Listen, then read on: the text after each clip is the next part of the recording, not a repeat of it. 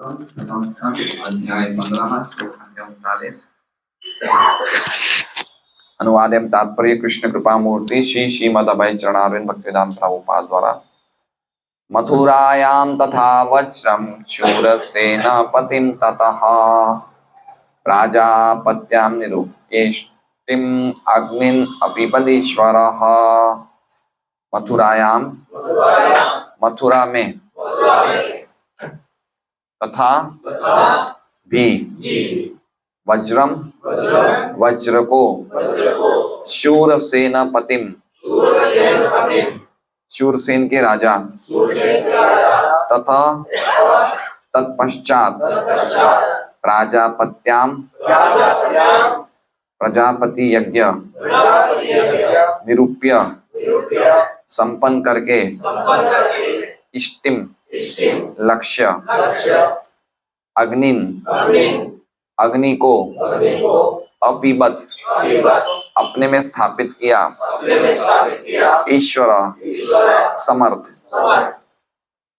अनुवाद। तब उन्होंने अनिरुद्ध भगवान कृष्ण के पौत्र के पुत्र वज्र को मथुरा में शूरसेन का राजा बना दिया। तत्पश्चात महाराज युधिष्ठिर ने प्राजापत्य यज्ञ किया और गृहस्थ जीवन त्यागने के लिए अपने भीतर अग्नि प्रतिष्ठित की। ओम अज्ञानतिमिरान्धस्य ज्ञानाञ्जनशलाकया चक्षुरुन्मीलितं येन तस्मै श्रीगुरुवे नमः। नाम श्रेष्ठमनुमपि शचीपुत्रमत्र स्वरूपं रूपं तस्याग्रमुरुपुरी मातुरीं गोष्ठवाटिं राधा कुन्दं गिरिवरं औराधिकामाधवाशां प्राप्तयस्य वन्देऽहं श्रीगुरोः श्रीयुतः पदकमलं श्रीगुरुन् वैष्णवांश्च श्रीरूपं सहगजातं सहगणरघुनाथान्वितं तं सजीवं साद्वैतं सावधूतं परिजनसहितं कृष्ण चैतन्यदेवं श्रीराधा कृष्णपादान् सहगणललिता श्रीविशाखान्वितांश्च गुरु वैष्णव भगवान तिन्हें स्मरण भय विघ्न विनाशनाय आश्रय निपुणांच।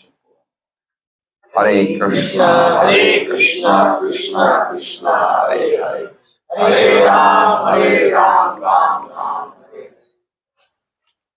सभी भक्तों का स्वागत है। आज थोड़ी संख्या अच्छी लग रही है।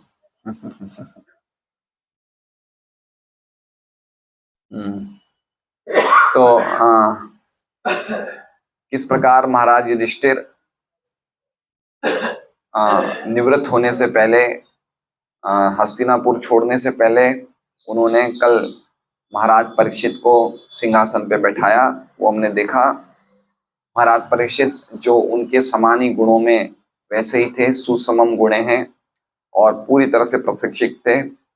और तो ये निव्या पतिम भूमेर, है ना।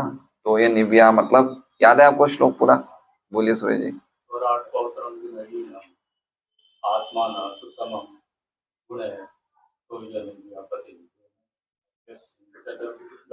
बहुत सुंदर। तो ये निव्या पतिम भूमेर, तो यह निव्या भूमि, भूमि के चारों तरफ समुद्र रूपी वस्त्र से भूमि जो ढकी हुई थी, उनका पति उन्होंने, मतलब उनके स्वामी महाराज परीक्षित के रूप में उनका स्वामी, पूरी पृथ्वी का स्वामी महाराज परीक्षित को बनाया। तो उसके बाद आज वाला श्लोक है कि और क्या क्या उन्होंने किया महाराज युधिष्ठिर ने जाने से पहले। तो जाते जाते उन्होंने एक और कार्य किया। मथुरायाम तथा वज्रम, तथा का मतलब और। कल के श्लोक में जैसे बताया कि परीक्षित महाराज को सिंहासन बैठाया, और क्या किया, तो तथा का मतलब क्या हो गया? और सेकंड वाला जो तथा है, सेकंड शब्द है तथा मतलब और उन्होंने फिर है तथा मतलब तत्पश्चात, और तत्पश्चात मथुरा के और शूरसेन के, शूरसेन राज्य का नाम है। शूरसेन क्या है? राज्य का नाम है।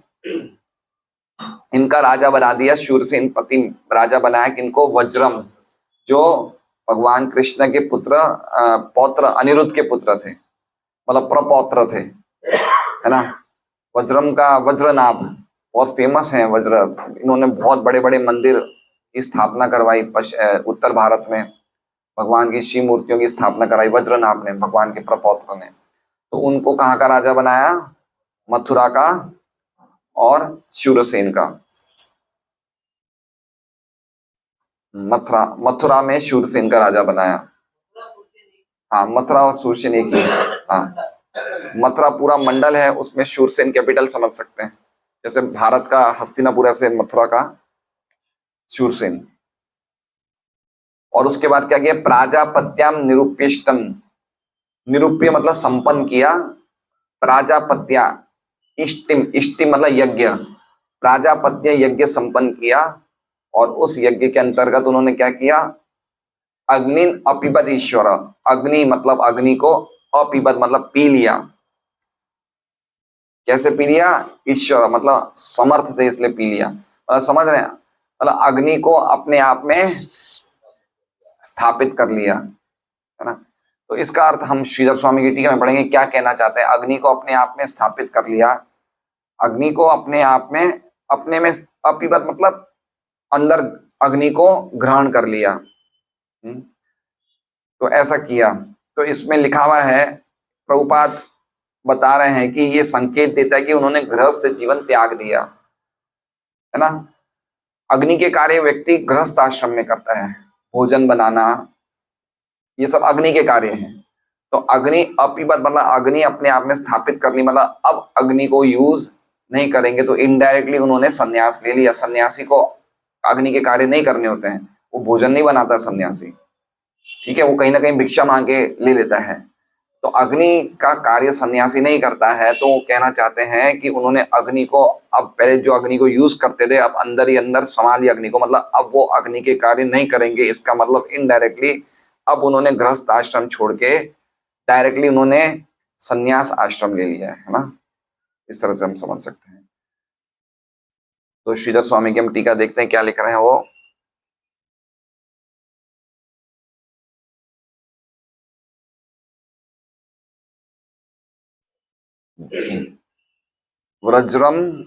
वज्रम अनिरुद्धस्य पुत्रम, अनिरुद्ध के पुत्र वज्रम को निरूप्य कृत्यर्थ उन्होंने राजा बनाया। अपिबत आत्मनि समारोपयाम आस ईश्वर समर्थ। वज्रम अनिरुद्ध के पुत्र को राजा निरूपित किया, अभिषेक किया, ये अर्थ है। अपिबत का अर्थ बताया, आत्मा में आरोपण किया, मतलब अपने अंदर ही अग्नि को लीन कर दिया। दूसरे शब्दों में गृहस्थ आश्रम के धर्मों से मुक्त होके उन्होंने संन्यास ग्रहण कर लिया। इतना जल्दी कैसे कर लिया? तो कह रहे हैं ईश्वर है, वो समर्थ है। समझ रहे हैं? ईश्वर लिखा ना आखिर में, ऐसे कैसे कर लिया? गृहस्थ आश्रम के बाद तो व्यक्ति वानप्रस्थ आश्रम स्वीकार करता है, लेकिन इन्होंने डायरेक्टली क्या कर लिया? संन्यास। मतलब वो अपने आप में केपेबल थे, पूरी तरह से समर्थ थे, इस पे लिखा हुआ ईश्वर। तो ये ईश्वर युधिष्ठिर के लिए, भगवान के लिए नहीं है, है ना। ये ईश्वर किनके लिए है? तो ईश्वर का मतलब एक अर्थ ये भी होता है कंट्रोलर या समर्थ, जो कंट्रोल कर सकता है। तो युधिष्ठिर महाराज में इतनी कंट्रोलिंग कैपेसिटी थी, तो वो डायरेक्टली संन्यास आश्रम को ग्रहण कर लेते हैं। तात्पर्य, आज जल्दी हमारा ये श्लोक हो जाएगा, हमें जल्दी छुट्टी मिल जाएगी। जैसे स्कूल में जाते हैं, कभी पता चलता है कि आज हाफ डे, तो बड़े खुश होते हैं। तो आज की, हम जाते थे स्कूल में, कभी कभी पता चलता था कि किसी की डेथ हो गई है, कोई स्कूल के दौरान ही कोई मिनिस्टर की या कोई प्रधानमंत्री या कोई राज्य मंत्री की डेथ हो जाती, तो हमें छुट्टी मिल जाती, तो बहुत खुश होते थे। लेकिन इस टाइम पे हमें खुश नहीं होना, हमें दुखी होना कि हमें और सुने भागवत। तात्पर्य, महाराज युधिष्ठिर ने महाराज परीक्षित को हस्तिनापुर के राज सिंहासन पर बैठाकर तथा भगवान कृष्ण के प्रपौत्र वज्र को मथुरा का राजा बनाकर संन्यास ग्रहण किया। तो भगवान कृष्ण के प्रपौत्र को क्यों बनाया राजा, है ना? क्यों? क्योंकि भगवान कृष्ण के साथ उनके भागवत भक्त तो थे ही, प्लस साथ में कुछ उनके ब्लड रिलेशंस भी थे, है ना। उनके सब आपस में ये सब रिश्तेदारी में थे। तो उन्होंने देखा कि अब भगवान कृष्ण का भी पूरा परिवार तो रहा नहीं है, तो इनको क्या, इनको भी कहीं ना कहीं का राजा बनाया जाए। तो उन्होंने वज्रनाभ को मथुरा मंडल का राजा बना दिया। आपस में उनका एक बहुत विशेष रिलेशन था भगवान के साथ। भगवान कृष्ण के प्रपौत्र वज्र को मथुरा का राजा बनाकर संन्यास ग्रहण कर लिया। अब प्रभुपाद जी ने एक्चुअली में इस श्लोक में है तो सिंपल इतना सीधा है कि उनको राजा बना दिया, लेकिन अब प्रभुपाद जी बता रहे हैं कि संन्यास आश्रम जो उन्होंने ग्रहण किया तो पूरा उस पे बता रहे हैं। वर्णाश्रम धर्म गुण और कार्य की दृष्टि से वास्तविक मानव जीवन का शुभारंभ है। मतलब समझ रहे हैं, वर्णाश्रम मतलब मानव जीवन की शुरुआत कैसे होती है, जब व्यक्ति वर्ण और आश्रम के अंतर्गत कार्य करे, है ना। व्यक्ति को बिना आश्रम के नहीं रहना चाहिए, समझ रहे हैं। जैसे कोई व्यक्ति ब्रह्मचार्य है और उसे गृहस्थ आश्रम में प्रवेश करना है तो उसे तुरंत ही शादी कर लेनी चाहिए। एक ना कोई आश्रम होना चाहिए, ऐसे व्यक्ति का कोई ना कोई वर्ण होना चाहिए।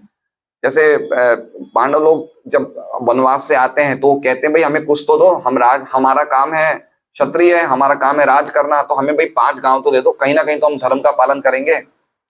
इसलिए व्यक्ति को बिना वर्ण और बिना आश्रम के नहीं रहना चाहिए। कोई ना कोई उसको एक उसकी पोजीशन होनी चाहिए, वर्णाश्रम धर्म के अनुसार उसकी पोजीशन होनी चाहिए, है ना। बिना बिना पोजीशन के नहीं रहना चाहिए। अगर भाई तुम्हें शादी करनी है तो गृहस्थ आश्रम स्वीकार करो, अगर नहीं करनी तो ब्रह्मचारी रहो, लेकिन बीच में मत रहो। कोई ना कोई स्थिति होनी चाहिए। पॉइंट समझ रहे हैं। कोई व्यक्ति ना कोई काम, जैसे हम बोलते हैं कि भाई कोई खाली मत बैठो, कोई ना कोई नौकरी मिल जाए। पहले के जमाने बोलते थे भाई आप कुछ मत दो, कोई पगार ही मत दो, कुछ काम भी लगा दो, ऐसे लगा दो, खाली नहीं बैठना चाहिए। पॉइंट ये कि कोई ना कोई वर्ण, और कोई ना कोई वर्ण मतलब सोशल क्वालिफिकेशन, और आश्रम मतलब आध्यात्मिक क्वालिफिकेशन। तो व्यक्ति को इन दोनों में सोशल क्वालिफिकेशन मतलब जो 3 गुणों के अनुसार जो उसको एक स्वभाव प्राप्त हुआ है उसको उसकी ड्यूटी में लग जाना चाहिए। और उसी प्रकार से जो उसको साथ साथ में आध्यात्मिक जीवन कल्टीवेट करना है तो उसको उसी वर्ण के साथ साथ आश्रम में भी अपनी ड्यूटीज कर लेनी चाहिए। इसलिए सभी चारों के आगे आश्रम है। आश्रम कंपलसरी। आश्रम मतलब आध्यात्मिक जीवन का culture, cultivation of spiritual life को आश्रम कहते हैं। इसलिए आप चाहे ब्रह्मचारी तो भी आश्रम है, गृहस्थ तो भी आश्रम है, वानप्रस्थ तो भी आश्रम है। आश्रम जरूरी है, मतलब स्पिरिचुअल लाइफ जरूरी है। तो दोनों चीजें होनी चाहिए। आपका मेटेरियल क्वालिफिकेशन, उसके लिए आपको कोई ड्यूटी करनी है, और साथ में स्पिरिचुअल लाइफ का कल्टीवेशन होना चाहिए। तो वो प्रभुपाद कह रहे हैं तात्पर्य में कि जब मनुष्य वर्ण और आश्रम के अंतर्गत अपनी ड्यूटी करता है तो वास्तव में उसकी मानव जीवन का शुभारंभ है। और गीता जी में भगवान स्पष्ट कह रहे हैं कि ये भगवान ने ये सिस्टम बनाया है।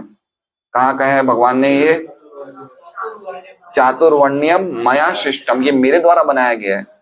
4थे अध्याय में भगवान कहते हैं ये 4 वर्णों वाला जो सिस्टम है मैंने बनाया, और ये कभी खत्म नहीं होने वाला है। तो आज भी 4 वर्ण है, आज भी 4 वर्ण है। आश्रम सिस्टम खत्म हो गया है लेकिन वर्ण है ना। आश्रम सिस्टम खत्म हो गया, आश्रम सिस्टम खत्म नहीं होता है, लेकिन लोग उसको फॉलो नहीं कर रहे हैं। लेकिन वर्ण ऐसे ही है, कोई व्यापारी है, कोई नौकरी कर रहा है, कोई पंडिताई कर रहा है, कोई देश की रक्षा कर रहा है। सिस्टम तो अभी भी है। कमलेश जी आप तबीयत सही है आपकी?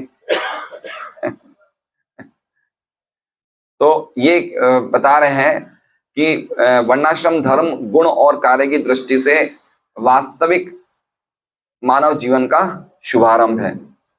और महाराज युधिष्ठिर तो इस वर्णाश्रम धर्म के रक्षक थे। रक्षक थे मतलब उसको प्रोटेक्ट करने वाले थे कि कोई भी इस चीज को फॉलो करना है, पूरी एक्टिविटी को प्रोटेक्ट करना। प्रोटेक्ट करने का मतलब समझ रहे हैं, रक्षक करने का मतलब रक्षा कैसे कर सकते हैं। जब भगवान ने ही बनाया है तो उसका तो कोई विनाश तो हो नहीं सकता है। तो रक्षा करने का अर्थ क्या हुआ, समझ रहे बात को? फॉलो करना, वर्ण और आश्रम के अनुसार उस पद्धति को फॉलो करना मतलब रक्षा करना। इसलिए कहते हैं ना कि धर्म को फॉलो करेंगे, अगर हम धर्म की रक्षा करेंगे तो धर्म हमारी रक्षा करेगा।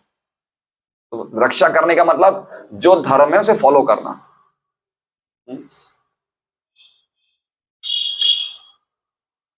अतएव उन्होंने शासन का भार प्रशिक्षित राजकुमार महाराज परीक्षित को सौंप दिया और स्वयं सन्यासी बन गए। वर्णाश्रम धर्म की वैज्ञानिक पद्धति मानव जीवन को 4 वृत्तिपरक विभागों तथा 4 आश्रमों में विभाजित करती है। वृत्तिपरक मतलब वृत्ति परक मतलब सोशल ऑर्डर। क्या लिखा है इंग्लिश में वृत्ति परक का? साइंटिफिक सिस्टम नहीं, वो तो वो है, वो तो वैज्ञानिक पद्धति हो गया। हाँ, ऑक्यूपेशन। ऑक्यूपेशन तो मतलब उसका क्या कार्य है ना, सोशल उसका क्या कार्य है। तो 4 वर्ण का 4 क्या कहते हैं वृत्ति परक विभाग तथा 4 आश्रमों में विभाजित करती है। जीवन के 4 आश्रम है, ब्रह्मचारी, गृहस्थ, वानप्रस्थ तथा सन्यासी। सभी को इन चारों का पालन करना आवश्यक है, चाहे उसका वृत्ति परक विभाग कुछ भी हो। तो मतलब समझ रहे हैं क्या कहने का अर्थ है? चाहे वो वर्ण कोई भी हो, उसको आश्रम तो फॉलो करना ही है। इसलिए सिस्टम क्या है कि अगर कोई ब्राह्मण है तो उसको चारों आश्रम फॉलो करना है, ब्रह्मचर्य, गृहस्थ, वानप्रस्थ और सन्यास। अगर कोई क्षत्रिय है तो उसे 3 आश्रम फॉलो करना है, ब्रह्मचर्य, गृहस्थ, वानप्रस्थ, है ना। तो युधिष्ठिर महाराज तो क्षत्रिय हैं, तो उन्होंने सन्यास क्यों फॉलो किया, है ना। और जो वैश्य उसके लिए 2 आश्रम हैं। कौन से वैश्य के लिए? मेरे हिसाब से है ब्रह्मचार्य और गृहस्थ, और जो शूद्र है उसके लिए खाली गृहस्थ आश्रम। अब हम लोग कौन है? हम लोग कौन है? हम वैश्य हैं, शूद्र हैं? शूद्र हैं। सुबह 4 बजे शूद्र उठता है, हरिनाम शूद्र करता है, 4 नियमों का पालन शूद्र करता है, गीता भागवत शूद्र पढ़ता है। अब सोच के बोलिए हम कौन है? ब्राह्मण है ना। तो हम ब्राह्मणों का कार्य कर रहे हैं, ब्राह्मणों का कार्य है ना। जन्म मत देखो, कलौ शूद्र संभव, वो तो चैतन्य महाप्रभु ने बताया कि सभी शूद्र हैं। तो एक तरह से देखा जाए तो हम सब शूद्र कैटेगरी से ही आए हैं, लेकिन अब तो एट प्रेजेंट तो हम कार्य क्या कर रहे हैं? ब्राह्मणों के कर रहे हैं ना। जाके हरिनाम कर रहे हैं, लोगों को गीता भागवत का संदेश सुना रहे हैं, 4 नियमों का पालन कर रहे हैं। तो ये काम तो शूद्र के नहीं है। अगर कोई शूद्र ये काम करता है तो वो शूद्र नहीं रहता है, तो ब्राह्मण बन जाता है। अब हम ब्राह्मण के कार्य करें तो हमारे लिए कितने आश्रम फॉलो होने होंगे? 4। इसलिए आश्रम फॉलो करने में अपने आप को शूद्र मत बताइए। समझ रहे हैं कि हम तो शूद्र हैं, इसलिए हमारे लिए एक ही आश्रम है। इसलिए बहुत इंपॉर्टेंट है। इसलिए प्रभुपाद जी कहते हैं कि वृत्ति परक कार्य आपका कुछ भी हो, लेकिन आश्रम की सिस्टम तो उसे फॉलो करना ही करना है। सभी को इन चारों का पालन करना आवश्यक है, चाहे उसका वृत्ति परक विभाग कुछ भी हो। भागवतम में अनेक एग्जाम्पल है कि एक टाइम पे आने पे वो व्यक्ति रिटायर होता ही होता था, उसमें कोई डाउट नहीं है। देखिए युधिष्ठिर महाराज रिटायर हुए, और इससे पहले हमने किनका रिटायरमेंट देखा? नहीं, अभी नहीं, इससे पहले जो भागवत पढ़ रहे हैं। युधिष्ठिर महाराज के पहले हमने किनका रिटायरमेंट के बारे में पढ़ा? धृतराष्ट्र, है ना। तो धृतराष्ट्र भी रिटायर हुए और युधिष्ठिर महाराज भी रिटायर हुए। दोनों के रिटायरमेंट में कुछ अंतर है। धृतराष्ट्र जब रिटायर हुए तब उनका शरीर साथ नहीं दे रहा था। विदुर जी कह रहे थे ना, देखो तुम्हारे दांत हिल रहे हैं, तुम्हें सुनाई नहीं दे रहा है, तुम कांप रहे हो। और युधिष्ठिर जब रिटायर हुए तो उनका शरीर बिल्कुल स्वस्थ था। पहला अंतर। दूसरा अंतर, धृतराष्ट्र जबरदस्ती रिटायर हुए कराए गए और युधिष्ठिर स्वेच्छा से रिटायर हुए। तीसरा अंतर क्या था कि धृतराष्ट्र की अटैचमेंट ज्यादा थी, युधिष्ठिर का डिटैचमेंट ज्यादा था। समझ रहे हैं? तो व्यक्ति जब डिटैच होता है तो उसके लिए रिटायरमेंट बहुत इजी होता है। जब व्यक्ति अटैच होता है तो उसके लिए रिटायरमेंट बहुत हार्ड होता है ना। तो ये बात समझनी चाहिए कि दोनों ने रिटायरमेंट लिया, लेकिन दोनों में कितना अंतर है। आधुनिक राजनेता सक्रिय जीवन से विरत नहीं होना चाहते हैं, भले ही वे कितने ही बूढ़े क्यों ना हो जाएं। तो ये हमने कल पढ़ा ही था कि कैसे प्रभुपाद ने महात्मा गांधी सबको बड़े बड़ी उम्र के राजनेताओं को कहा भी आप लोग धर्म का प्रचार करो, गीता का संदेश का, लेकिन नहीं गए। तो उनको फिर कैसे ना कैसे हटना पड़ा ना। कोई भी बुढ़ापे में व्यक्ति मरता है तो वही, अब महात्मा गांधी को गोली मार दी गई है ना, क्या उम्र थी मेरे हिसाब से उनकी 1869 48 79 साल की उम्र थी। तो जब एक टाइम आता है तब हमें अपने आप ही रिटायर हो जाना चाहिए स्वेच्छा से। नहीं होते तो कैसे ना कैसे हमें हटा लिया जाएगा उस स्थान से।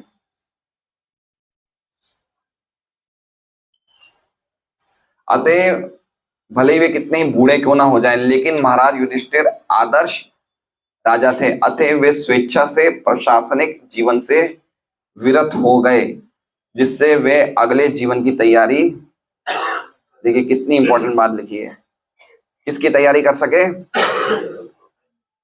देखिए अब ध्यान से समझिए, अगले जीवन की तैयारी कर सकने का मतलब क्या हुआ कि जो हमें ये प्रेजेंट जीवन मिला है, ये मिला ही अगले जीवन की तैयारी करने के लिए, और इसका कोई सेकंड पर्पस है ही नहीं। इसलिए मनुष्य जीवन को कर्म क्षेत्र कहा गया है। कर्म क्षेत्र मतलब समझते हैं? कर्म क्षेत्र मतलब हमारे हर एक एक्शंस एक रिएक्शन प्रोड्यूस कर रहा है ना। कर्म क्षेत्र मतलब हम जो कर रहे हैं उसका एक बंधन हो रहा है, एक बंधन प्रोड्यूस हो रहा है। तो इसलिए हमें वही कार्य करने चाहिए जो हमें नेक्स्ट लाइफ की तैयारी करने में अनुकूल बना सके। बहुत इंपॉर्टेंट पॉइंट है, अगले जीवन की तैयारी करना। सबसे मनुष्य जीवन मिला ही हमें नेक्स्ट लाइफ का प्रिपेयर करने के लिए मिला, और कोई काम के लिए मिला ही नहीं। जैसे हम रेलवे प्लेटफॉर्म पे जंक्शन, हमारा सूरत का रेलवे स्टेशन जंक्शन है, तो हम प्लेटफॉर्म पे क्यों जाते हैं? हम एक नंबर के प्लेटफॉर्म पे क्यों खड़े हुए हैं? कहीं ना कहीं जाने के लिए खड़े हैं ना। तो उसी प्रकार से मनुष्य जीवन जो है वो एक जंक्शन है। अब आप जंक्शन पे खड़े हो तो आपको कहीं ना कहीं जाना ही पड़ेगा, है ना। इसलिए वो श्लोक बहुत इंपॉर्टेंट है। कौन सा श्लोक है गीता जी में?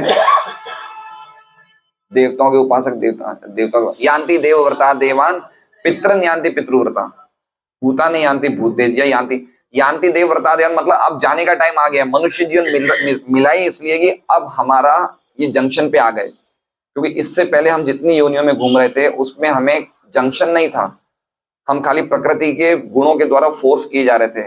लेकिन मनुष्य जीवन में प्रकृति के जो गुण होते हैं वो थोड़े सा अपना जो ग्रिप है, ग्रिप को थोड़ा ढीली कर देते हैं। तो हम एक जंक्शन पे खड़े हो जाते हैं और फिर हमें अपनी चॉइस करनी है कि हमें कहाँ जाना है। इसलिए बहुत इंपॉर्टेंट है कि हमें पूरी तैयारी उसी में करना चाहिए, सबसे इंपॉर्टेंट है। लेकिन आजकल हम लोग तो इस बात को मानने को ही तैयार नहीं कि नेक्स्ट लाइफ होती है नहीं होती है। ठीक है, आज कितनी सभ्यताओं में तो री इनकारनेशन को मानते ही नहीं है। हमारे बहुत से एक ऋषि थे जिनका नाम था चारवाक।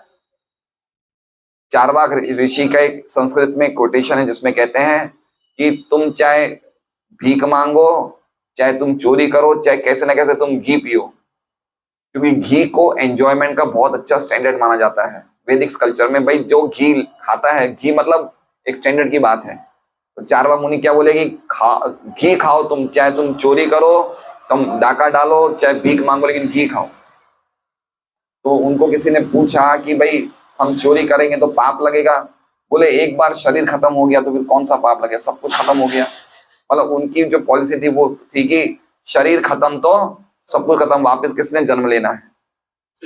तो हम ये जो रीइंकारनेशन की पॉलिसी है, रीइंकारनेशन का जो विज्ञान है, इस विज्ञान को हम दिन पर दिन हम इसको लूज कर रहे हैं। हम लोग, यहाँ तक कि भारत के लोग इतना जरूर जानते हैं कि पुनर्जन्म होता है, लेकिन इस बात पे दृढ़ता से फॉलो नहीं कर रहे हैं। समझ रहे हैं?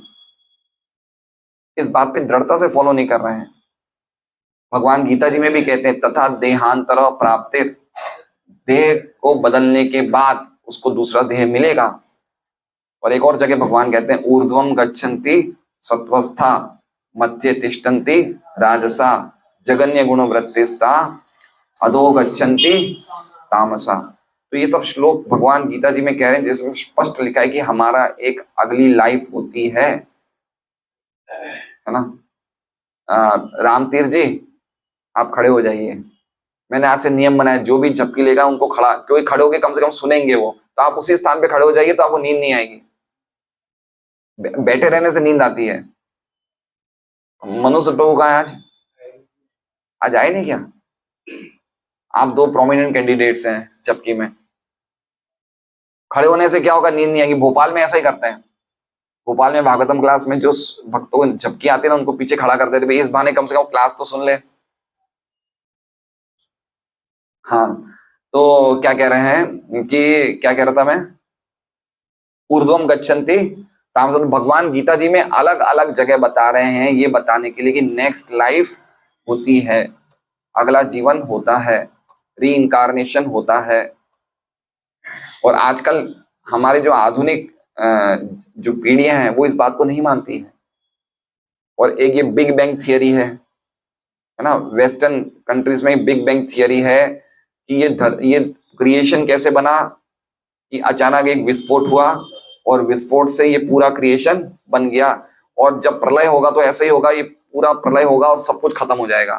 तो व्यक्ति को एनकरेज किया जाता है कि जो है वो यही जीवन है, तुम अच्छी तरह रहो, खाओ पियो, तुम्हें जो करना है करो, है ना। यहां तक कि हमने कभी भी ये भी सुनते हैं कि किसने स्वर्ग देखा, किसने नरक देखा, जो कुछ है वो यही है ना। तो ये जो एथियस्टिक फिलोसॉफी है, दिन पर दिन हमारे हृदय में आज की सभ्यता के हिसाब से प्रवेश कर रही है। और यद्यपि हम मानते हैं कि अगला जीवन होता है, लेकिन उस पर हम स्ट्रिक्टली फॉलो नहीं करते हैं। ये बात बहुत इंपॉर्टेंट है कि नेक्स्ट लाइफ की तैयारी हमें कैसे करना है। हम नहीं समझ पा रहे कि नेक्स्ट लाइफ, हम लोग को ये जीवन तो कैसे ना कैसे, इस जीवन में तो इतना तो पता है कि हम भूखे नहीं रहेंगे, ये तो बात निश्चित है कि हमें भूखे तो नहीं रहेंगे हम, और सोने के लिए कहीं ना कहीं जगह मिल जाएगी। तो ये जीवन तो हमने कैसे ना कैसे पास कर लिया, अब नेक्स्ट लाइफ में क्या होगा, है ना। ये सोचना चाहिए कि नेक्स्ट लाइफ में क्या होगा।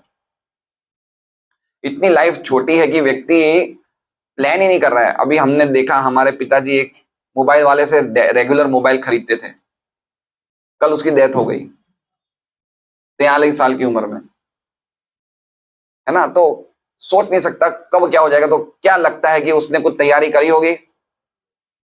नहीं करी नेक्स्ट लाइफ की, है ना। एक और हमारे उदाहरण है, हमारे कुछ जान पहचान में बेंगलोर में एक लड़की है 28 साल की, हमने उसे भागवतम का सेट दिया था, बेंगलोर भेजा था, और उसने पढ़ना भी शुरू कर दिया था।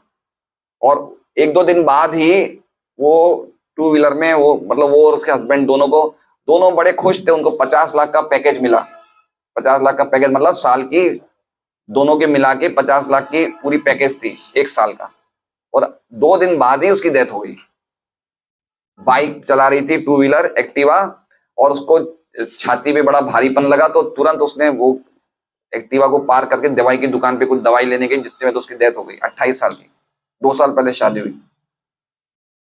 क्या लगता है इन्होंने कोई नेक्स्ट लाइफ की तैयारी करी है? नहीं करी है।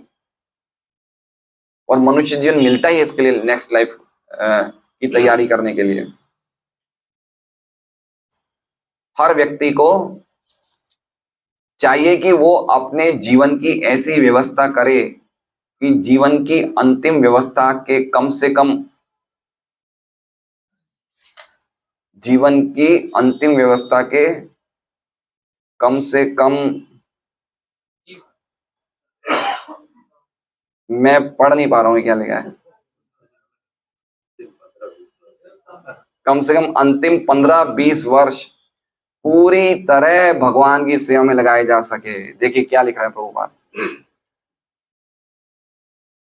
क्या लिख रहे हैं कि ऐसी व्यवस्था करनी चाहिए कि जीवन के लास्ट 15 से 20 साल पूरी तरह, देखिए क्या लिखा हुआ है इंग्लिश में, क्या लिखा हुआ है, नहीं, पूरी तरह का क्या लिखा हुआ है, एब्सोल्युटली। एब्सोल्युटली मतलब पूरी तरह से लग जाए। जीवन के कितने साल? आखिरी 15 से 20 साल पूरी तरह से भगवान की सेवा में लग जाइए। मैं नहीं बोल रहा हूं, आपको लगता होगा इतने दिनों से मैं बोलता हूं, लेकिन आज वाला सेंटेंस तो आप खुद ही पढ़ रहे हैं। इतना स्ट्रेट फॉरवर्ड सेंटेंस प्रभुपाद लिख रहे हैं कि जीवन के अंतिम 15 से 20 वर्ष, अब एक बात समझिए आप बात को, कि ये जो स्टेटमेंट है, ये स्टेटमेंट प्रभुपाद जी ने दिया है, ये स्टेटमेंट प्रेम वाला स्टेटमेंट नहीं है, ये फटकारने वाला स्टेटमेंट है। समझ रहे हैं बात को? जैसे एक माँ बाप के शैतान बच्चे होते हैं, तो माँ बाप उन शैतान बच्चों को क्या बोलते हैं कि बेटा अब एग्जाम 20 दिन बाद आ रही है, अब तो तैयारी कर ले। तो ये उसको ग्लोरीफाई करने का स्टेटमेंट है या उसको फटकारने का स्टेटमेंट है? फटकारने। क्यों? क्योंकि उसने जीवन भर तो करी नहीं तैयारी, तो अब 20 दिन तो पढ़ ले, एग्जाम में तो बैठना है। तो ये प्रभुपाद जी जो लिख रहे हैं, ये मायूसी वाला स्टेटमेंट लिख रहे हैं कि व्यक्ति को तो पूरा जीवन ही लगना चाहिए, लेकिन नहीं लगा तो कम से कम 15-20 साल तो लग जाओ भाई।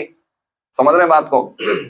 व्यक्ति को पूरा जीवन लगना नहीं चाहिए। ये मैं बोल रहा हूं या कोई दूसरा बोल रहा है? ये प्रहलाद महाराज बोल रहे हैं, कौमार आचरित प्राज्ञो। ये प्रहलाद महाराज का स्टेटमेंट है कि व्यक्ति को 5 साल की उम्र से भागवत धर्म में लग जाना चाहिए। कौमार आचरित प्राज्ञो धर्मान भागवतानीय दुर्लभम मानुषम जन्म तदपि अध्रुवम अर्थदम। ये मानुष्य जीवन बहुत दुर्लभ है, 5 साल की उम्र में ही भक्ति में लग जाना चाहिए। तो ओरिजिनली तो पूरा जीवन ही लगना चाहिए, लेकिन नहीं लगता कोई व्यक्ति, तो भाई आखिरी 15-20 साल तो लगो। आप समझ रहे हैं बात को? एक बात समझिए, व्यक्ति को खाने की विद्या, निर्मल ध्यान से सुनना, व्यक्ति को खाने की शिक्षा, पैसे कमाने की शिक्षा, ठीक है, खाने की शिक्षा, पैसे कमाने की शिक्षा में उसके कितने साल चले जाते हैं? मेरा पॉइंट समझ रहे हैं? एकेडमिक नॉलेज प्राप्त करने के लिए बीए, बीकॉम, एमबीए, जो कुछ भी हम आज पढ़ाई कर रहे हैं, उस शिक्षा प्राप्त करने के लिए हमारे शुरू के कितने साल चले जाते हैं? 25 साल चले जाते हैं। 25 साल में हम क्या सीखते हैं? खाना, सोना, इंद्रिय भोग करना और घर पे रहना, यही तो शिक्षा प्राप्त करते हैं। तो ये तो पशु लाइफ है। ये 4 प्रिंसिपल्स तो एनिमल प्रिंसिपल्स है, ह्यूमन प्रिंसिपल्स नहीं है। ईटिंग, मेटिंग, स्लीपिंग, डिफेंडिंग, ये ह्यूमन प्रिंसिपल्स नहीं है, ये एनिमल प्रिंसिपल्स हैं। तो ये जड़ विद्या प्राप्त करने के लिए या पशु लाइफ में और सोफिस्टिकेटेड जीवन कैसे जिए, उसके लिए हम कितने साल खर्च करते हैं? 25 साल, है ना? अब मैं ये शरीर नहीं हूं, मैं शरीर से अलग हूं, कि इतनी ऊंची स्पिरिचुअल विद्या प्राप्त करने के लिए क्या हमें 25 साल की आवश्यकता नहीं है? ठीक है, समझ रहे बात को? अरे पशु विद्या प्राप्त करने के लिए हम 25 साल लगा रहे हैं, तो आध्यात्मिक शिक्षा क्या इजीली मिल जाती है? क्या लगता है आपको? मैं 20 सालों से 16 माला कर रहा हूं, अब कहीं जाके 2-4 मालों में मन लगता है। समझ रहे बात को? टाइम लगता है, टाइम लगता है। मुझे याद है, मैं पिछले 15 सालों में मैंने एक भी दिन भागवतम मिस नहीं करी, लेकिन आज भी भागवतम समझने में तकलीफ आ रही है। क्यों? क्योंकि स्पिरिचुअल शिक्षा को कल्टीवेट करने के लिए, समझने के लिए समय लगता है। कोई आध्यात्मिक शिक्षा इजी नहीं है, समय लगता है। भौतिक शिक्षा जो खाली हमें खाना पीना सोना सिखा रही है, उसके लिए हम 25 साल खर्च कर सकते हैं, तो स्पिरिचुअल शिक्षा क्या लगता है हमें? इतना सिंपल है कि हरे कृष्णा बोल दिया, मृत्यु के टाइम पे भगवान का नाम निकल गया, लेकिन हमारी कॉन्शियसनेस कैसी है? गांधी जी ने भी भगवान का नाम लिया था, राम लिया था मृत्यु के टाइम पे, तो क्या उन्हें भगवत धाम प्राप्त हुआ? नहीं हुआ, क्योंकि राम के व्यक्तित्व पे उन्हें विश्वास नहीं है। तो गीता जी में भगवान क्या कह रहे हैं? जन्म कर्म च मे दिव्यम एवं यो वेति तत्वतः, कि जो मुझे तत्व से समझता है वो मेरे धाम को प्राप्त करता है। तो तत्व से कैसे समझेंगे? हमें समय चाहिए भक्ति करने के लिए, प्रैक्टिस करने के लिए, अभ्यास करने के लिए टाइम चाहिए हमें, है ना? भगवान का एक नाम ही काफी है कृष्ण प्रेम के लिए। हम इतने साल से क्यों ले रहे नाम? क्योंकि हमारा कचरा इतना भरा हुआ है भाई, है ना? जब व्यक्ति पहली बार भौतिक वर्ड में आता है, भौतिक जगत में आता है तो शुद्ध होता है, उसका कंटेमिनेशन नहीं होता है, लेकिन आने के बाद वो ब्रह्मा बनता है और धीरे धीरे धीरे उसका कचरा बढ़ता जाता है, तो क्या उसकी स्थिति हो जाती है ना? पक्षी बनता है, पशु बनता है, तो उसका कितना कचरा बढ़ गया है। तो उस कचरे को निकालने के लिए हरि नाम करने में भी हमें 25-30 साल तो लगते हैं कि भाई अच्छी तरह हम जप कर सके। प्रभुपाद खुद बोलते हैं 30 साल तक आप हरि नाम करोगे तो कहीं आपकी क्वालिटी आएगी, आप उसमें सिद्धि को प्राप्त करोगे। तो हर चीज को समय लगता है, तो हमें कुछ समय 15-20 साल जब हम स्वस्थ हैं, जब हम हेल्दी हैं, तो क्या भगवान को नहीं देने चाहिए? एक्चुअली में तो पूरी लाइफ ही दे देनी चाहिए। कोई बहुत समझदार व्यक्ति होते हैं, जैसे हमारे संस्था में ऐसे ऐसे व्यक्ति हैं जो कॉलेज और स्कूल से ब्रह्मचारी बन जाते हैं, क्योंकि समझते हैं तो पूरी तरह से हम उस चीज के लिए प्रयास कर रहे हैं जो हमारे साथ जाने वाली नहीं है। अब ठीक है, वो लड़की मर गई 25 साल की उम्र में, 50 लाख का पैकेज क्या काम का है उसका? कोई काम का है? तो उसी प्रकार से हम उन चीजों के लिए प्रयास कर रहे हैं जो हमारे साथ जाने वाले नहीं है। तो जो बहुत ही हाईली इंटेलिजेंट हो जाते हैं वो समझ जाते हैं कि ये तो बहुत छोटा समय मिला है। कितना समय है मनुष्य जीवन के पास? 15-20 साल क्या लगते हैं आपको? बहुत बड़ा समय है ये, ऐसे ऐसे बस, है ना? यहां तक कि ब्रह्मा जी की जो उम्र है वो विष्णु के लिए कैसी है? ऐसी ऐसी।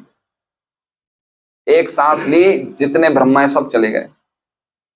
तो हमारी जो 20-25 साल की उम्र जो प्रभुपाद कह रहे हैं आखिरी 15-20 साल देने हैं, वो अल्टीमेटली कल्टीवेशन के लिए मिले। कैसे हम इतने पक्के बने कि हम पूरी तरह से अच्छी शरीर की अवस्था में भक्ति को, शुद्ध भक्ति को प्राप्त कर लें। नहीं तो जब हम अच्छी अवस्था में, तो हम अच्छी तरह से आध्यात्मिक जीवन कल्टीवेशन करने में कितनी दिक्कतें आ रही हैं। तो जब ये शरीर की स्थिति बिगड़ जाएगी तब क्या होगा बताइए? क्या होगा बताइए? कैसे होगी भक्ति? नहीं हो सकती, संभव नहीं है ये। इसलिए स्वस्थ शरीर में स्वेच्छा से रिटायरमेंट ले लेना चाहिए कि भाई अब मुझे आध्यात्मिक जीवन को कल्टीवेट करना है। ये जीवन पशुओं की तरह जीने के लिए नहीं है। खुद ऋषभ भगवान कहते हैं, नायम देहो देह भाजाम निलोके कष्टान कामान अर्हते विडभुजाम। ये नायम देहो, ये मनुष्य शरीर, ये कुत्ते और सुअरों की तरह जीने के लिए नहीं है। इसका श्लोक का अर्थ ये है कि जो सुख कुत्ता और सुअर को ऐसे ही प्राप्त होता है, वो सिर्फ उस सुख को प्राप्त करने के लिए हम इतना लेबर क्यों करें? नायम देहो देह भजाम कष्टान कामान, कष्ट क्यों कर रहे हैं हम इतना मेहनत क्यों कर रहे हैं? वैदिक कल्चर कभी भी पैसा कमाने के लिए बहुत ज्यादा परिश्रम करने के लिए संस्तुति नहीं करता है ना? जो सुख कुत्ते और सुअरों को बिना मेहनत करके मिल रहा है, तो उसके लिए हम इतनी मेहनत क्यों करें? नायम देहो देह भजाम कष्टो कामान कष्टान कामान अर्हते विडभुजामे तपो दिव्यम पुत्र का ये न सत्वम। तो क्यों मिला मनुष्य जीवन? तप करने के लिए मिला है, तपस्या करने के लिए मिला है। ये मनुष्य जीवन का और कोई दूसरा लक्ष्य नहीं है। ब्रह्मा जी सबसे पहले प्रकट हुए, क्या करना है, क्या करना है, मुझे क्या करना है, ऊपर से नीचे तक घूम गए। फिर उनको एक आवाज आई, तप करो आप, तब समझोगे आपके एग्जिस्टेंस को शुद्ध करो, आपकी हृदय को शुद्ध करो, तब उनको भगवान के दर्शन हुए, है ना? ये समझने की बात है। ये तपो दिव्यम पुत्र का ये न सत्वम। और पर्टिकुलरली क्या कहते हैं, भारत का जन्म तो सबसे इंपॉर्टेंट है। भारत भूमि ते हलम मनुष्य जन्म यार, जन्म सार्थक करी कर परोपकार। ये 4 जो नियम हैं, ये 4 नियम भारत में जन्मा हुआ व्यक्ति बचपन से ही छोड़ देता है। बताइए कौन व्यक्ति भारत में है जो शराब पीता है? समझ रहे बात को? पॉइंट समझ रहे हैं? ये चीजें हमारे से अछूती है। ये तो अब शुरू हो गया है कल्चर। अवैध स्त्री संग, शराब, मांस भक्षण, ये चीजें तो काफी, तो आज भी ऐसे लोग काफी मिल जाएंगे जिन्होंने जीवन भर ये चीजें करी ही नहीं है। उन्होंने कोई प्रभुपाद की बुक से नहीं पढ़ा है, लेकिन उनको कल्चर ही ऐसी मिली, संस्कृति ऐसी मिली कि वो जानते हैं भाई शराब पीना, बीड़ी पीना सब गलत है। लगता है आपको ऐसे लोग होंगे? बहुत से लोग ऐसे हैं जिन्होंने बचपन से ही जानते थे कि ये चीजें खराब है, क्योंकि भारत का जन्म इतना इंपॉर्टेंट है कि ये चीजें, देखिए फॉरेन में चारों चीजें चारों चीजों को नॉर्मल माना जाता है। अवैध स्त्री संग, शराब, मांस भक्षण और ये जुआ नशा, तो ये तो फॉरेन कंट्रीज में नॉर्मल है। नॉर्मल मतलब वो इसको गलत मानते ही नहीं है, उसी पे जीवन है और वो उसको गलत ही नहीं मानते। वहां लड़के लड़कियां बिना शादी के रहते, उसको उनको बिल्कुल नॉर्मल लगता है, उनको इसमें कुछ भी गलत नहीं लगता है इसमें। तो प्रभुपाद जी के पास शुरू शुरू में ऐसे लड़के लड़के आए थे। प्रभुपाद जी को बोला कि हमें दीक्षा दीजिए, तो प्रभुपाद जी ने बोला पहले शादी करो तुम। जैसे प्रभुपाद जी ने शादियां भी कराई, उनके पास पहले जो 3-4 जोड़े, पहले पहले शादी करो तुम, ऐसे साथ में नहीं रह सकते तुम लोग। ये शिक्षा प्रभुपाद ने दी उनको। तो ऐसी स्थिति है फॉरेन में, और हमें भारत में ये पूरा स्पिरिचुअल कल्चर मिला है, तो हम अब अपने गलत गलत आचरण करके पाश्चात्य संस्कृति के पीछे भाग रहे हैं। कितना बड़ा हमारे लिए ये क्या कहते हैं, दुर्भाग्य है। नूनम प्रमत्त कुरुते विकर्म है, ये ऋषभ भगवान का एक और श्लोक है, नूनम प्रमत्त। नूनम मतलब डेफिनेटली, इंडीड, प्रमत्त, प्रमत्त मतलब पागल हो गया है, जीवात्मा क्या हो गया है, पागल हो गया। प्रमत्त, मत्त मतलब पागल, प्रमत्त मतलब अच्छी तरह पागल हो गया है। कुरुते विकर्म, ये विकर्म कर रहा है, वो विकर्म कर रहा है ये। यद इंद्रिय प्रीत है आपन होती। तो हमें समझना चाहिए कि मनुष्य जीवन कितना इंपॉर्टेंट है। तो इसलिए ये स्टेटमेंट जो प्रभुपाद ने दिया है, ये स्टेटमेंट एक तरह से आखिरी वार्निंग दी जा रही है कि भाई अब खाली 15-20 साल तो दे दो। अब हमारा इतना बड़ा दुर्भाग्य कि हमें ये नहीं पता कि हमारे लास्ट 15-20 साल कौन से हैं। समझ रहे हैं बात को? परीक्षित महाराज को तो नोटिस मिला भाई 7 दिन बाद आपकी मृत्यु हो जाएगी। अब हम कैसे इस बात को पॉइंट आउट करें कि आज के 20 साल बाद मेरी डेथ होगी? तो ये स्टेटमेंट का क्या अर्थ हो गया कि आखिरी 15-20 साल, कि जब ये सुन ले तभी से लग जाओ भाई। समझ रहे बात को? देखिए गुड़ाकेश प्रभु आए थे उस दिन, हमारे यहाँ पे आए प्रसाद लेने, तो बोले कि मैंने 40 साल में छोड़ दिया सब। उनकी एज 73 ईयर्स है। तो बोले 1993 में मैंने सब काम धंधा छोड़ दिया। मैंने बोला भगवान पालन कर रहे हैं, सबका कर रहे हैं, मेरा क्यों नहीं करेंगे?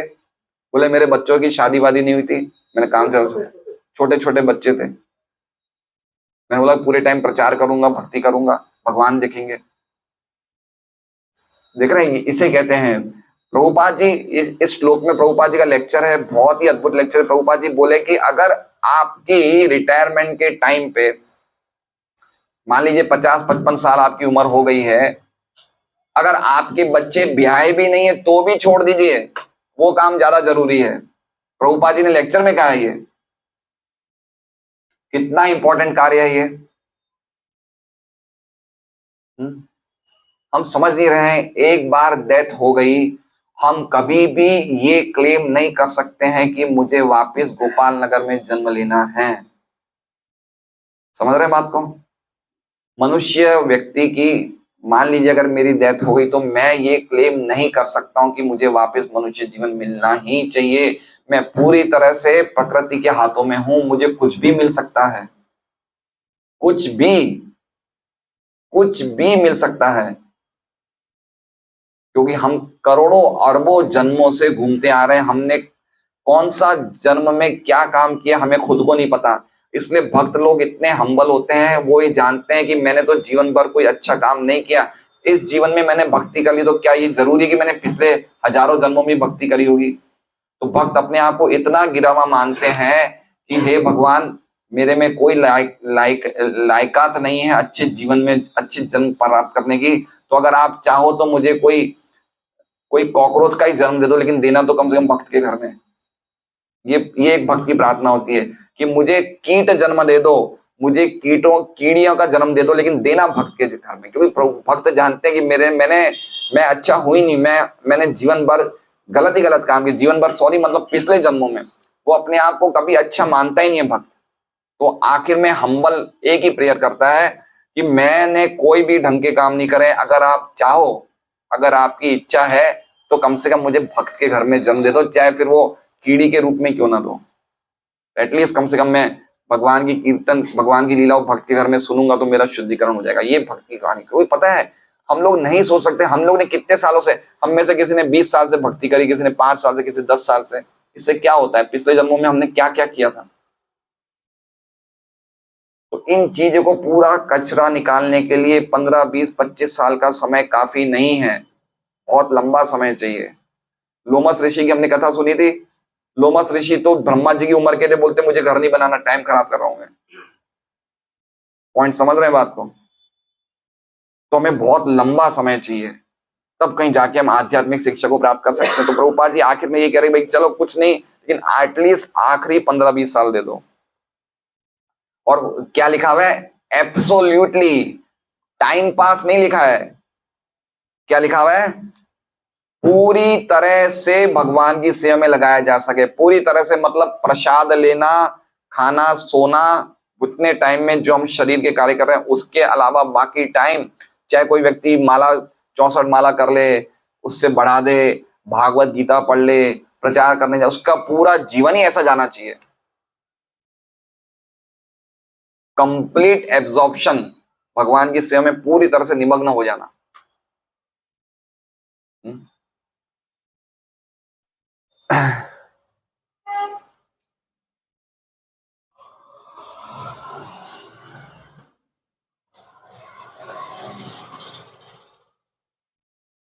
ये चुप्पी कैसी लग रही है मुझे इस क्लास में? तो अंतिम 15-20 वर्ष पूरी तरह भगवान की सेवा में लगाए जा सके, जिससे जीवन की चरम सिद्धि प्राप्त हो सके। चरम सिद्धि, चरम सिद्धि मतलब भगवान का धाम प्राप्त हो सके। खाली ये सोचिए कि अगर हम मर जाएं, जैसे ही मरे तो अगला जीवन भगवान के धाम में, इसे कहते हैं चरम सिद्धि। नो मोर जन्म, नो मोर बर्थ, इसे बोलते परम सिद्धि। बस ये जीवन आखिरी जीवन, अब इसमें शरीर छोड़ दिया तो नेक्स्ट लाइफ भगवान के धाम में। जैसे बोलते हैं ना, अब मथुरा के बाद नेक्स्ट स्टेशन कौन सा है? दिल्ली, है ना? तो अब ये लास्ट स्टेशन है, इसके बाद सीधा भगवान का धाम, इसे कहते हैं चरम सिद्धि। इसके लिए पूरा प्रयास करना चाहिए। ये सचमुच नादानी है कि जीवन का सारा समय भौतिक भोग तथा सकाम कर्मों में लगाया जाए, क्योंकि जब तक मन भौतिक भोग के लिए सकाम कर्मों में लगा रहता है, तब तक बद्ध जीवन या भव बंधन से बाहर निकलने की कोई गुंजाइश ही नहीं रहती है। कितने स्ट्रॉन्ग स्टेटमेंट्स हैं, है ना? कोई गुंजाइश ही नहीं, कोई चांस ही नहीं है, क्योंकि मन काम में लगा रहेगा, भौतिक भोगों में लगा रहेगा, तो हमने तो बंद किए ही नहीं ये चीजें, तो मन में तो वही सब बातें चल रही है। यज्ञार्थात कर्मोन्यत लोकोयम कर्म बंधना। एक इच्छा भी रह जाए हमारी तो हमें आना पड़ेगा, एक डिजायर भी रह जाए, है ना? जैसे महाप्रभु ने बोला कि काश मेरे पास अच्छी मर्सिडीज गाड़ी होती, तो भगवान उसकी इच्छा पूरी करेंगे। मर्सिडीज गाड़ी की इच्छा पूरी करने के लिए इन्हें वापस अगला जन्म मिलेगा। तो इतनी इच्छाएं हमारे कितनी है? अशेष कामना हृदय माझे मोर। भक्ति विनोद ठाकुर बोलते हैं हमारे हृदय में कितनी कामनाएं हैं? अशेष कामनाएं, अनलिमिटेड डिजायर्स। तो उनका पूरा शुद्धिकरण होने के लिए हमें समय चाहिए, हमें टाइम चाहिए हमें। इसलिए प्रभुपाद जी लिख रहे हैं कि 15-20 साल लास्ट के पूरी तरह से लग जाइए, चाहे आपका मन लगे या नहीं लगे। इसी तो तपस्या बोलते हैं। तपस्या का अर्थ क्या है? तपस्या का अर्थ यह है कि ऊंचे उद्देश्य को प्राप्त करने के लिए वो कार्य करने जिसमें आपका मन नहीं लगे, उसे तपस्या बोलते हैं। नहीं लगेगा मन हमें सुबह उठने में, नहीं लगेगा मन हमें सब कुछ भगवान में पूरी तरह से लगने में, मन नहीं लगेगा, लेकिन करो फिर भी, ये तपस्या है। ये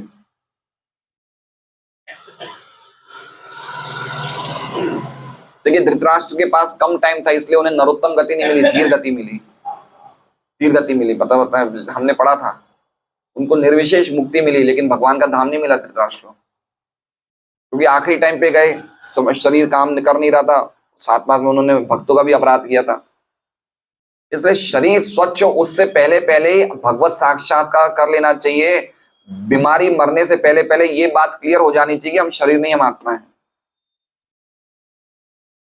ना? पॉइंट समझ रहे हैं बात को? पॉइंट समझ मेरा पॉइंट यही है कहने का कि टाइफॉइड के पेशेंट को पराठा खिलाना उसका मरण है, प्रभुपाद जी बोलते हैं। अगर टाइफाइड के पेशेंट को क्या खिला दिया जाए, पराठा, तो उसकी डेथ है। प्रभुपाद एक कहानी बताते हैं कि एक माँ के 2 बेटे थे, एक छोटा बेटा था, एक बड़ा बेटा था। तो बड़े भाई को टाइफाइड हो गया, वो पलंग पे लेटा हुआ था। प्रभुपाद ये स्टोरी बताते हैं। तो बड़े बेटे की इच्छा हुई कि मैं पराठा खाऊं, तो उसने छोटे भाई को बोला कि जा मेरे लिए एक पराठा लेके आ जा रसोई से। तो छोटे भाई को अब आइडिया थोड़ी कि टाइफाइड में पराठा नहीं खिलाना चाहिए, तो पराठा ले आया और बड़े भाई को दे दिया। तो उसकी माँ ने छोटे बेटे को बहुत मारा, है ना। तो उसी प्रकार से बीमारी की अवस्था में, टाइफाइड की अवस्था में पराठा जहर है, उसी प्रकार से हमारी बीमारी की अवस्था में इंद्रिय तृप्ति जहर है। हम क्या हैं? हम बीमार हैं और बीमारी में क्या कर रहे हैं? इंद्रिय तृप्ति कर रहे हैं। इंद्रिय तृप्ति गलत नहीं है, लेकिन पहले स्वच्छ तो हो जाए, है ना। दिव्य इंद्रियों की तृप्ति भी होती है।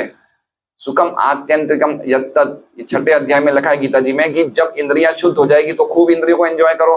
लेकिन हमारे तो इंद्रियां भी बीमार है और उसमें ज्यादा इंद्रिय तृप्ति कर रहे हैं, बीमारी को बढ़ा रहे हैं। तो इसलिए हमें बाहर निकलने के लिए समय चाहिए। किसी भी व्यक्ति को जीवन की चरम सिद्धि प्राप्त करने की, परम कार्य की, अर्थात भगवत धाम जाने की उपेक्षा करने की आत्मघाती नीति नहीं अपनानी चाहिए। आत्मघाती मतलब सुसाइडल पॉलिसी। हम सुसाइड कर रहे हैं, अगर हम लोग जान के भी, समझ के भी, अगर हम लोग अपने आध्यात्मिक जीवन के प्रति गंभीर नहीं है, तो हम क्या कर रहे हैं? सुसाइड कर रहे हैं। बहुत अच्छा श्लोक भी गीता जी में, भागवत में उद्धव जी को भगवान बोलते हैं, नृदेह आद्यम सुलभम सुदुर्लभम प्लवम सुकल्पम गुरु कर्णधारम मयानुकूलेन नभस्वतेरितम पुमान भवाप्तिम न तरेत स आत्मा। बहुत सुंदर श्लोक है। नृदेह माध्यम सुलभम सुदुर्लभम, जिसे ये मनुष्य जीवन रूपी नाव मिली है, जो सुलभता से मिल गई यद्यपि सुदुर्लभ है। प्लवम सुकल्पम गुरु कर्णधारम, और उसको एक गुरु मिल रहा है जो उस नाव को चलाने वाला है, कर्णधारम। मयानुकूलेन नभस्वतेरम, और मेरे द्वारा गीता भागवत की शिक्षाओं से अच्छी हवाएं मिली है। जैसे व्यक्ति अगर सागर में हो, समुद्र में, तो उसे क्या चाहिए? सबसे पहले तो एक अच्छी नाव चाहिए, नाव मजबूत होनी चाहिए ना। अगर कोई समुद्र में जा रहा है, मुसाफिर का, तो उसकी नाव मजबूत होनी चाहिए। तो मजबूत नाव का मतलब क्या हो गया? मनुष्य शरीर मिला। अब मजबूत नाव होना काफी नहीं है, उसको चलाने वाला भी अच्छा कैप्टन होना चाहिए। तो कैप्टन के रूप में क्या मिला? गुरु मिल गया, है ना। अब वो उनकी प्रॉपर हवा के अनुसार भी शिप को नेविगेट करना होता है, जहाज को चलाना पड़ता है, पानी के जहाज को। तो अच्छी हवा क्या है? शास्त्रों के निर्देश मिल गए, क्या करना चाहिए, क्या नहीं करना चाहिए, वो भी मिल गया। अच्छी हवा मिल रही है, अच्छी नाव मिल रही है, अच्छे कैप्टन मिल रहे हैं, न फिर क्या है? पुमान भवाप्ति न तरेत। इसके बावजूद भी कोई अगर ये भवसागर वो नहीं तैर रहा है, तो स्व आत्मा, वो अपनी आत्मा को मारने वाला है। तो ऐसे स्ट्रॉन्ग स्टेटमेंट्स हैं आत्मघाती। इसलिए समझना चाहिए कि हमें कितना गंभीरता से जप करना चाहिए, कितनी गंभीरता से हमें शास्त्र पढ़ना चाहिए, और समझना चाहिए कि आज की आधुनिक समय में हमारी जीवन शैली खराब होने के कारण हमारी डेथ जल्दी हो रही है। मैं कभी कभी तो ये सोचता हूँ कि जैसे कोई व्यक्ति 28 साल में मर रहा है या कोई 40 साल में मर रहा है, तो हो सकता है जन्म पत्री के अनुसार इनकी उम्र ज्यादा होगी, लेकिन ये लाइफस्टाइल जीने की तरीका ही ऐसा हो गया है, तो वो अपनी उम्र ही कम कर रहे हैं। मुझे तो कभी कभी ये लगता है कि इतना पॉल्यूशन, खाने पीने में गड़बड़ी, इतनी भागा भागी वाली जीवन, इतना स्ट्रेस, इतना चिंता, इतना वर्कलोड, उससे व्यक्ति पागल हो रहा है। हो सकता है मनुष्य जीवन में उन्हें ज्यादा उम्र मिली हो, लेकिन वो जीवन ही ऐसा जी रहा है, तो ये आत्मघाती हो गया ना, एक तरह से अपने आप को मार रहा है।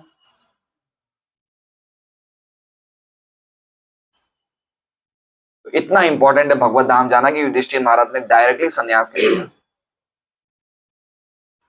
इसलिए सबसे अच्छी पॉलिसी ये है कि जब तक हमें लगता है कि हम लोग अच्छी तरह भक्ति का अभ्यास कर रहे हैं, वो करें, और एक टाइम आने पे हमें कंप्लीटली पूरी तरह से, सब प्रभुपाद इस तात्पर्य में लिख रहे हैं कि पूरी तरह से हमें भगवान की सेवा में लग जाना चाहिए, जिससे कि और भी जितने कंटेमिनेशन रह गए हों, अभी भी हम भक्ति कर रहे हैं, कचरा तो अभी भी है ना, है ना।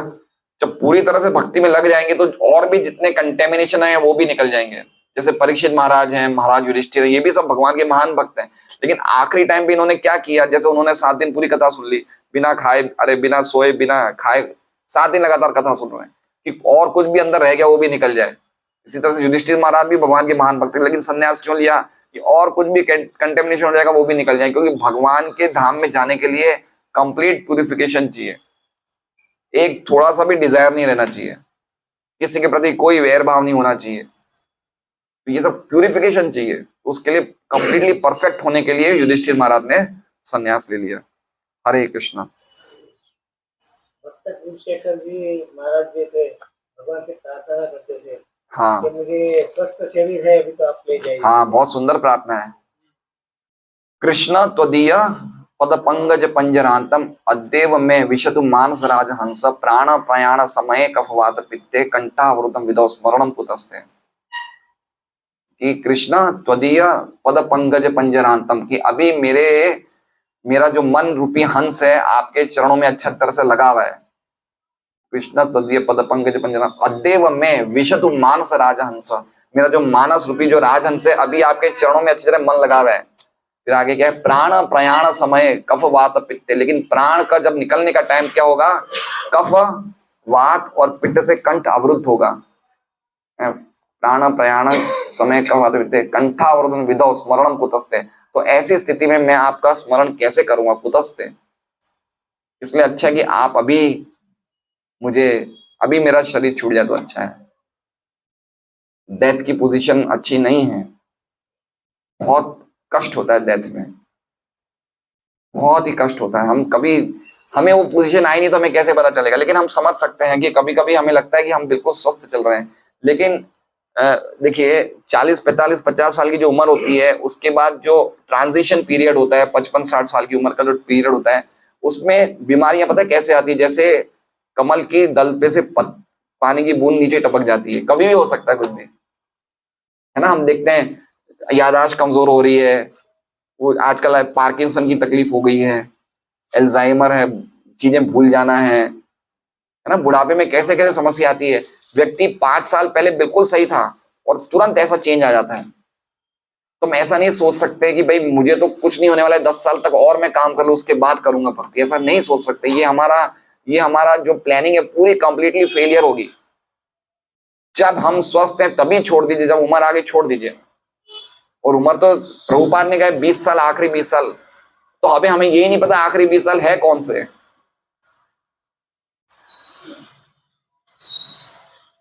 तो आज का ये प्रभुपाद के ये जो स्टेटमेंट्स हैं मैंने उसी पे से बोला है, मैंने कुछ भी अपना मन गढ़ नहीं बोला है, लेकिन ये बात जरूर है कि हमें कितना सीरियस होना चाहिए, वो चीज प्रभुपाद जी इस परपट में बता रहे हैं। हरे कृष्णा। जय। तो अभी वो